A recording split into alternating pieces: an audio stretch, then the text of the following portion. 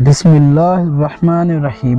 السلام علیکم دوستو آج کے اس دور میں ہماری اس دنیا میں بے شمار ملک موجود ہے اور انہی ملکوں میں سے ہی ایک ملک کا نام منگولیا بھی ہے۔ ویسے تو منگولیا کا نام دنیا کے طاقتور یا پھر دنیا کے امیر ملکوں کی لسٹ میں کہیں پر بھی نظر نہیں آتا ہے، لیکن اس کے باوجود بھی یہ ملک آج پوری دنیا میں اچھا خاصا مشہور ہے، اور اس کے مشہور ہونے کے پیچھے صرف اور صرف ایک ہی وجہ ہے، اور وہ وجہ کچھ اور نہیں بلکہ اس کی مٹی سے پیدا ہونے والا وہ انسان ہے کہ جس کو تاریخ کا سب سے خطرناک اور سب سے ظالم انسان مانا جاتا ہے، یعنی منگول سلطنت کی بنیاد رکھنے والا چنگیز خان۔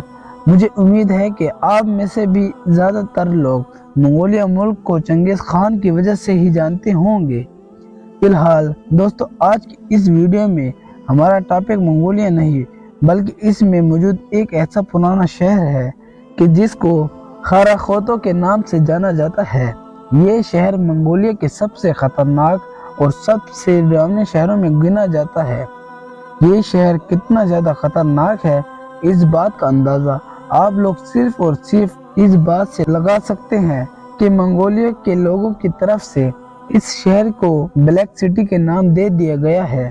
اتنا ہی نہیں، اس شہر کے بارے میں منگولیا میں رہنے والے لوگوں کے بیچ میں طرح طرح کے عجیب باتیں بھی مشہور ہیں۔ جہاں ایک طرف کچھ لوگوں کا یہ ماننا ہے کہ اس پرانے شہر کی مٹی سے انسانی خون کی بو آتی ہے، تو وہیں دوسری طرف کچھ لوگوں کا یہ بھی ماننا ہے کہ شہر کے وادیوں سے بچوں کی چیخنے کی آواز بھی آتی رہتی ہے۔ اتنا ہی نہیں، کچھ لوگ تو یہ دعویٰ بھی کر چکے ہیں کہ ان لوگوں نے اس پرانے شہر کے کھنڈروں میں انسانی لاشوں کو چلتے پھرتے دیکھا ہے۔ لیکن دوستو اب سوال یہ ہے کہ آخر اس شہر میں ایسا کیا ہوا تھا کہ جس کی وجہ سے آج کے دور میں یہ شہر منگولیا کے لوگوں کے لیے اتنا زیادہ خطرناک اور ڈراؤنا بن چکا ہے۔ تو چلیے اس شہر کی تاریخ کے اوراق کو پلٹنا شروع کرتے ہیں۔ آج کے دور میں کھنڈروں کی شکل میں نظر آنے والا یہ پرانا شہر کچھ صدیوں پہلے دنیا کا ایک خوبصورت اور ڈیولپ شہر ہوا کرتا تھا۔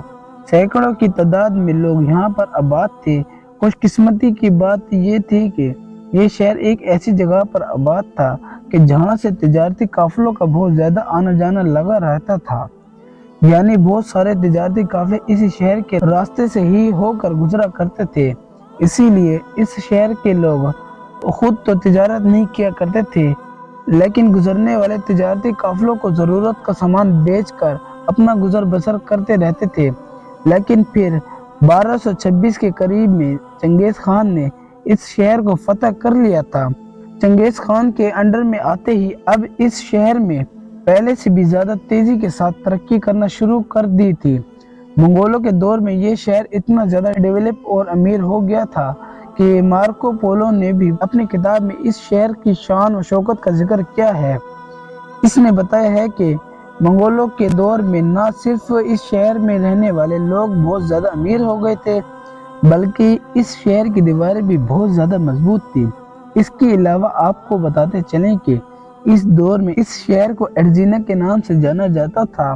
لیکن دوستو یہ بات ہم سبھی لوگ بڑی اچھی طرح سے جانتے ہیں کہ منگول سلطنت جتنی تیزی کے ساتھ پوری دنیا میں پھیلی تھی اتنی ہی تیزی کے ساتھ پوری دنیا سے سمٹ گئی تھی، یعنی جتنی تیزی کے ساتھ آسمان کی طرف جا رہی تھی اس سے کہیں زیادہ تیزی کے ساتھ زمین پر واپس گر گئی تھی۔